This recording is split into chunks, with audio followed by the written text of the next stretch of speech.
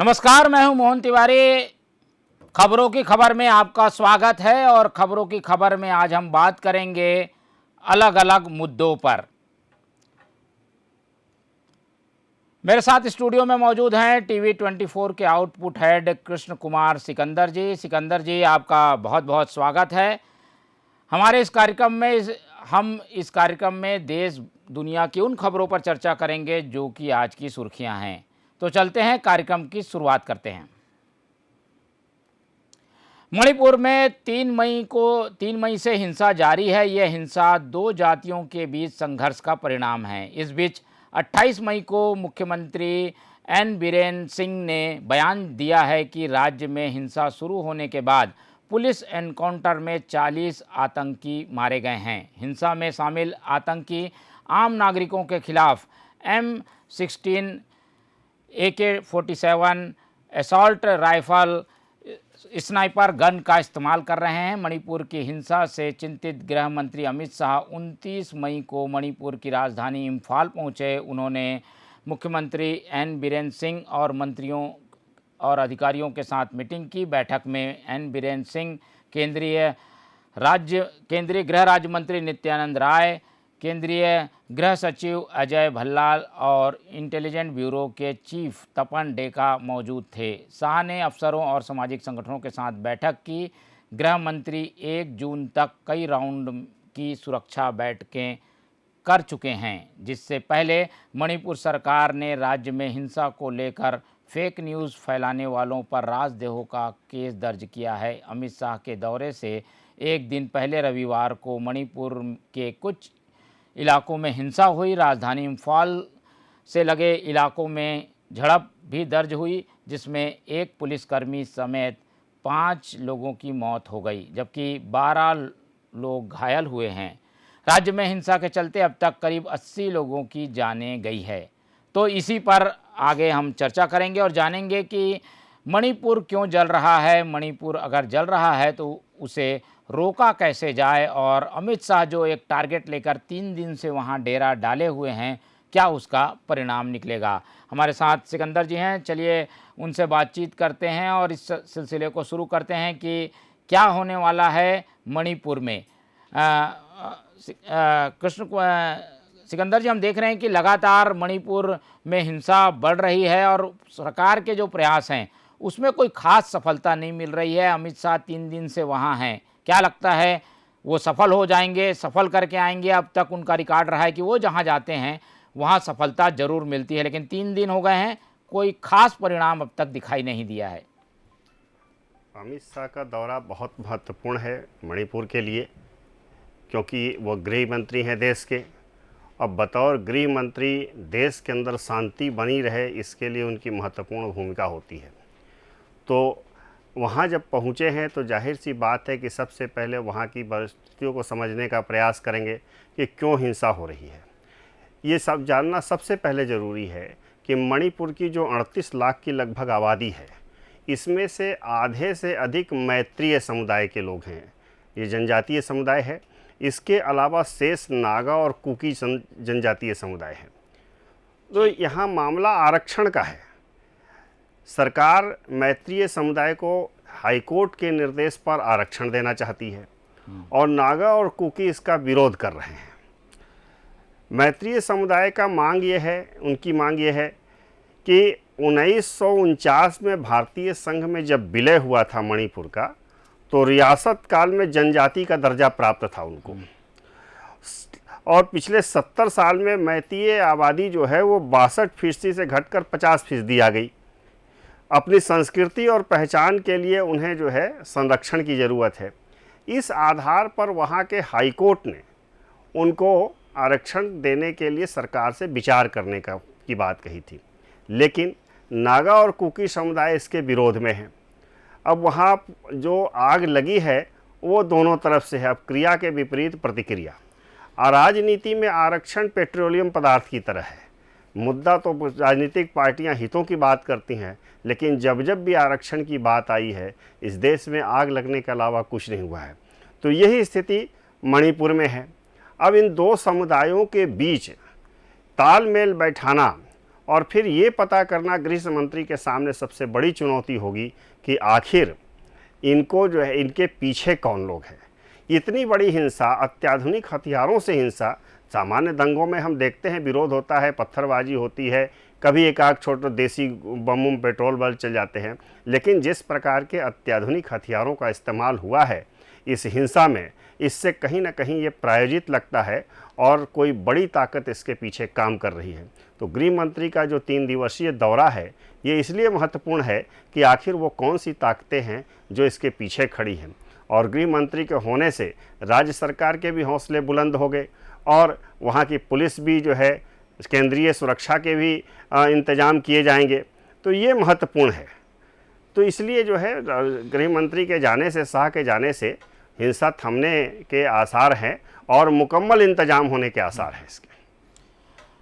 ठीक है, चलिए, तो ये रही मणिपुर की बात और हम उम्मीद कर सकते हैं, क्योंकि मणिपुर सामरिक दृष्टि से भी काफ़ी महत्वपूर्ण इलाका है और ऐसी जगहों पर वहाँ पर अगर कोई हिंसा होती है तो उससे पूरे देश भर में असर जाता है, तो उसका जल्द से जल्द हल निकले और वहाँ जो जातीय हिंसा है वो ख़त्म हो, इस बात की उम्मीद हम कर सकते हैं।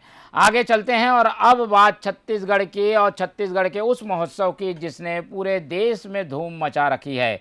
कांग्रेस अब तक ऐसी लाइन में चल रही है जो कि रामायण एक राम से संबंधित मुद्दा है, जिस पर अब तक छत्तीसगढ़ में जो काम किया गया है वो बाकी देश में ज़्यादा दिखाई नहीं देता।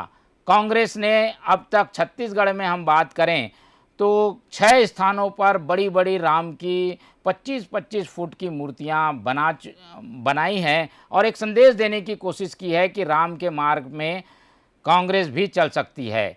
अब जो रामायण का प्रतियोगिता का आयोजन किया जा रहा है उसमें कंबोडिया के दल के कलाकार पहुंच चुके हैं। लगातार प्रतियोगिता शुरू हो रही है। मुख्यमंत्री ने कुछ देर पहले ही इस पूरे कार्यक्रम का उद्घाटन किया और यहाँ उन्होंने ये बताने में बिल्कुल भी गुरेज नहीं किया कि भगवान राम छत्तीसगढ़ के भांचा हैं और यहाँ उनका ननिहाल है, तो ननिहाल में राम का उत्सव होना चाहिए, इस बात पर सरकार जोर देती हुई नज़र आई है।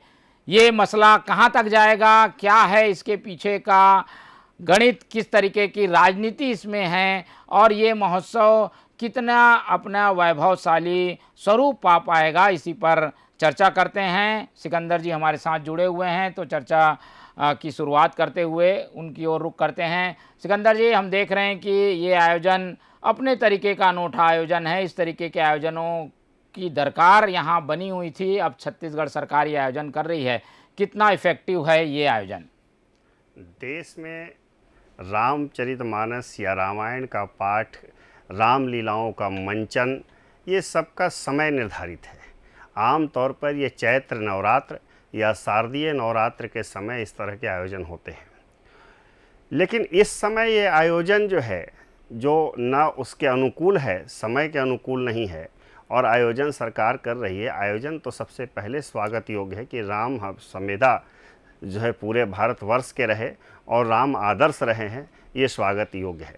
लेकिन जिस प्रकार से असमय अचानक राममय बनाने की जो कोशिश छत्तीसगढ़ को है, इसमें कहीं ना कहीं फिर राजनीति सामने आती है। भाजपा इस पे सवाल भी खड़े कर चुकी है कि राम जो है चुनाव से पहले अब जो है उनको याद आने लगे हैं, तो ये राजनीतिक मुद्दा भी बनता जा रहा है। ये अच्छी बात है कि रामायण मंडलियों के पहले प्रखंड स्तर से शुरू होकर ये जिला स्तर पर आया, जिला स्तर से फिर ये प्रदेश स्तर पर ये आयोजन हो रहा है और छत्तीसगढ़ में रामायण मंडलियां हैं जो रामायण का गायन करती हैं, विभिन्न शैलियों में वो अपनी उनकी शैली है उसमें गायन करती है। तो उसको एक मंच जरूर मुख्यमंत्री ने प्रदान किया है, जिससे और आपस में प्रतिस्पर्धा भी प्रदान की है कि कौन सा अच्छा गायन कर सकता है, कौन बेहतर प्रसंग दे सकता है, कौन उसका मंचन सही कर सकता है। तो प्रदेश के जो राम भक्त हैं या जो लोग रामायण मंडली हैं उनको एक मंच मिला है, एक अवसर मिला है और उस अवसर से चुनकर चुनिंदा मंडली जो बेहतर प्रदर्शन कर पाई वो इस प्रदेश स्तरीय कार्यक्रम तक पहुंची है। और इसमें और भी अच्छी बात है कि इसको और भी भव्य बनाने के लिए विदेश के कंबोडिया और इंडोनेशिया 2 जगह से कलाकार यहाँ आए हैं और वो अपना मंचन करेंगे। छत्तीसगढ़ के लोगों को रामायण की एक नई कला, एक नई विधा भी देखने को मिलेगी।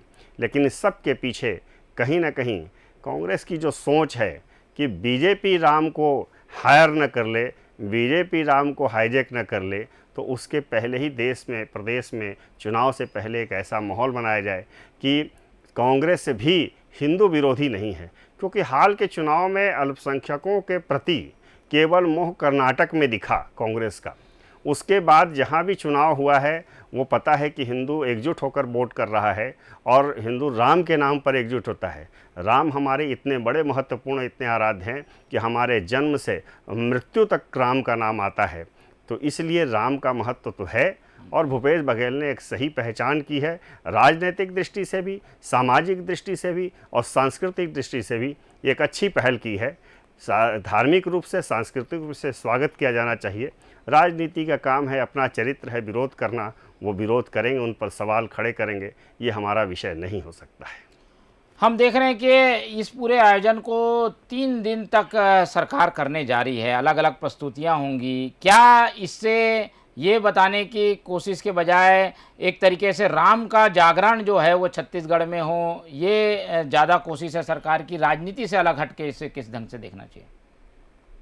भगवान राम 14 वर्ष के वनवास में 13 वर्ष उन्होंने उत्तर प्रदेश के चित्रकूट में बिताए। 1 वर्ष के अंदर उन्होंने जो शुरू की अपनी यात्रा और उनके सामने जो असुरों का लक्ष्य था वध करने का, उस पर निकले।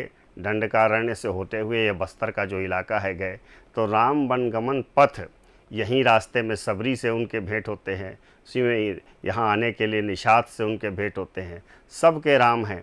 तो इस निश्चित रूप से इस आयोजन से छत्तीसगढ़ में राम के क्या महत्व हैं, छत्तीसगढ़ के राम के कौन से चिन्ह हैं, पर्यटन की दृष्टि से भी ये लाभकारी हो सकता है। और लोगों को सरकार ये बताने में सफल होगी कि राम जो है जितने अयोध्या में महत्वपूर्ण है, उतना ही छत्तीसगढ़ के रायपुर से लेके पूरे दंडकारण्य होते हुए पूरा राम वनगमन पथ राममय है। ये दिखाने की कोशिश जरूर है इसमें। तो ये रही रामायण प्रतियोगिता की बात, जो कि राष्ट्रीय स्तर पर ख्याति प्राप्त कर चुकी है। अब आगे चलते हैं उस खबर की जिसने आज राजनीति को गर्म कर दिया है। जी हाँ, हम बात कर रहे हैं चुनावी साल में राजनीतिक दलों की एक्सरसाइज की, जिसमें बीजेपी ने अपने आप को आगे दिखाते हुए आज कई दलों के नेताओं को अपनी पार्टी से जोड़ा और बताने की कोशिश की कि उनकी पार्टी से कितने ज़्यादा लोग जुड़ रहे हैं। उसी में से एक बड़ा नाम था छत्तीसगढ़ फिल्मों से जुड़ा हुआ सुपरस्टार अनुज शर्मा का भाजपा में शामिल होने का। हालांकि शामिल होने वाले तो 1 दर्जन से ज़्यादा लोग हैं, लेकिन एक उल्लेखनीय नाम अनुज शर्मा का रहा, क्योंकि वो फिल्मों से भी जुड़े रहे, सांस्कृतिक एक उनकी पहचान है। इसके अलावा बाकी नेताओं की बात करें तो राजेंद्र पटेल का नाम है, विजय कुमार ध्रुव का नाम है, राजपाल त्यागी का नाम है जो कि पूर्व IAS अधिकारी हैं। इस तरीके से नामों की लंबी चौड़ी लिस्ट है, लेकिन 2 नाम इसमें ज़्यादा उल्लेखनीय हैं जो कि पद्मश्री भी हैं, एक अनुज शर्मा, दूसरे राधे श्याम बारले। इन दोनों के ज़रिए बीजेपी की क्या कोशिश है और ये दोनों बड़े लोग आने से कितना बीजेपी को फ़ायदा होगा, इस पर चर्चा कर लेते हैं। हमारे साथ सिकंदर जी जुड़े हुए हैं, उनसे चर्चा को और आगे बढ़ाते हैं। सिकंदर जी, पूरा सूरत हाल आपके पास है, 2 बड़े नाम, हालांकि लंबी लिस्ट है, बीजेपी क्या करना चाहती है, क्या मैसेज है इस प्रवेश का? नंद कुमार साय के जाने के बाद बीजेपी के समक्ष एक बड़ी चुनौती थी कि हम उसको डैमेज कंट्रोल कैसे करें। तो बीजेपी ने एक नया रास्ता चुना। वो कांग्रेस से तोड़कर लाने की बजाय नए चेहरों को सामने लाने का प्रयास किया है बीजेपी ने, और ये दिखाने का प्रयास किया है सरकार को, राजनीति में समाज को, सबको ये दिखाने का प्रयास किया है कि समाज का हर वर्ग, हर व्यक्ति हमारे साथ जुड़ा हुआ है। राजनीतिक व्यक्ति स्वार्थी हो सकता है, इसलिए एक दल छोड़कर दूसरे दल में जा सकता है, लेकिन हम समाज के ऐसे तबकों से लोग लाएंगे जिनका इनकी एक पहचान है, जिनकी एक छवि है, वो उनके चुनाव में काम है। क्योंकि बीजेपी के समक्ष सबसे बड़ी चुनौती ये है कि पिछला चुनाव जब बीजेपी मैदान में लड़ रही थी विधानसभा का, तो 15 साल की सत्ता और उसके सत्ता के असर का परिणाम देखने को मिलना था। लेकिन जब 5 साल के बाद चुनाव के मैदान में बीजेपी है, तो कांग्रेस को सत्ता के प्रतिकूल असर का सामना करना पड़ेगा और बीजेपी आक्रामक होगी। आश्चर्यजनक रूप से मुख्यमंत्री भी आरोप लगाते रहे हैं, और ये बात भी सही है कि बीजेपी 4 साल तक बिल्कुल शांत थी, किसी प्रकार की कोई क्रिया प्रतिक्रिया नहीं थी। 4 साल के बाद बीजेपी बहुत ही आक्रामक मूड में उतर कर आई है, और इस पे उसी ढंग से तोड़ने की जो राजनीति है और जोड़ने की जो राजनीति है, एक दूसरे के दलों से खींच कर लाने की जो राजनीति है, उस पे बीजेपी ने ध्यान दिया है। अब जो महत्वपूर्ण नाम आपने बताया, अनुज शर्मा बलौदाबाजार सीट से विधानसभा चुनाव में उतरने की तैयारी में है। ये वहीं के रहने वाले हैं, बलौदाबाजार के, उनकी काफ़ी लोकप्रियता भी उस इलाके में है। वर्तमान में ये सीट कांग्रेस के पास है, प्रमोद शर्मा वहाँ से विधायक हैं, और बीते 2 चुनाव में 2018 और 13 इस सीट पर बीजेपी को करारी शिकस्त का सामना करना पड़ा है। तो बीजेपी ऐसी सीटों को टारगेट कर रही है जहां कांग्रेस का गढ़ रहा है और उनको चुनौती देनी है। इसी प्रकार से दूसरा जो बड़ा नाम है, पद्मश्री पंथी नृत्य राधेश्याम बारले का नाम जो है, ये दुर्ग के ज़िले के पाटन के रहने वाले हैं, और मुख्यमंत्री का क्षेत्र है पाटन। तो हो सकता है कि बीजेपी उनको पाटन से लड़ाकर मुख्यमंत्री के सामने एक बड़ी चुनौती पेश करने की कोशिश करेगी। इसलिए कि जब हमेशा चाहते हैं कि सेनापति अगर घिरा रहेगा अपने मैदान में, तो बाहर दूसरे साथियों की मदद नहीं कर सकता है, तो बीजेपी इसके माध्यम से एक चुनौती पेश कर सकती है। इसी तरह से वीआरएस लेकर लेने वाले आईएएस अफसर हैं नीलकंठ टेकाम, ये भी राजनीति में एंट्री ले सकते हैं। इनका चर्चा है कि पार्टी उनको केशकाल विधानसभा सीट से चुनाव लड़ा सकती है। तो ये सारे चीज़, अभी जो है वहाँ से विधानसभा उपाध्यक्ष संतराम नेताम इस सीट से विधायक हैं केशकाल से। तो बीजेपी ने चुन कर वैसे चेहरों को सामने लाने का प्रयास किया है इस प्रवेश कराने या भाजपा में ज्वाइन कराने के माध्यम से, जहां वो कांग्रेस के लिए चुनौती पेश कर सके, क्योंकि बीजेपी के समक्ष एक सत्ता में वापसी की बहुत बड़ी चुनौती है, और वो तभी सफल हो सकती है जब कांग्रेस को मजबूत चुनौती दे सके। ठीक है, तो ये विश्लेषण के ज़रिए हमने समझा कि किस तरीके से बीजेपी के द्वारा एक कोशिश की जा रही है कि पार्टी में नए लोगों को लाया जाए, ना कि तोड़ कर किसी पार्टी से लोगों को लाया जाए। ख़ास तौर पर अपने अपने क्षेत्र के नामी गिरामी लोगों पर बीजेपी ने फोकस किया है। फोकस का मतलब ही यही है कि नए जोश के साथ बीजेपी चुनावी मैदान में उतरना चाहती है। फिलहाल ये प्रयोग है, ये प्रयोग कितना सफल होगा ये तो चुनाव के परिणाम बताएंगे। लेकिन आज के इस विश्लेषण में हमने ये भी जाना कि मणिपुर में क्यों शांति नहीं हो पाई है, वो कब तक हो पाएगी। दूसरी तरफ हमने ये जाना कि मुख्यमंत्री का एक महत्वाकांक्षी कार्यक्रम राष्ट्रीय रामायण प्रतियोगिता कैसे चल रहा है और उसका कितना व्यापक असर छत्तीसगढ़ में होगा। और तीसरी तरफ बीजेपी की ओर से जो एक मूव किया गया है और पार्टी में इस तरीके का विस्तार किया जा रहा है जिससे कि नए लोग जुड़ सकें, उसका क्या असर होगा। तो ये तीनों खबरों की खबर को आज हमने जाना। कल फिर मिलेंगे खबरों की खबर में। फिलहाल मुझे दीजिए इजाज़त। नमस्कार।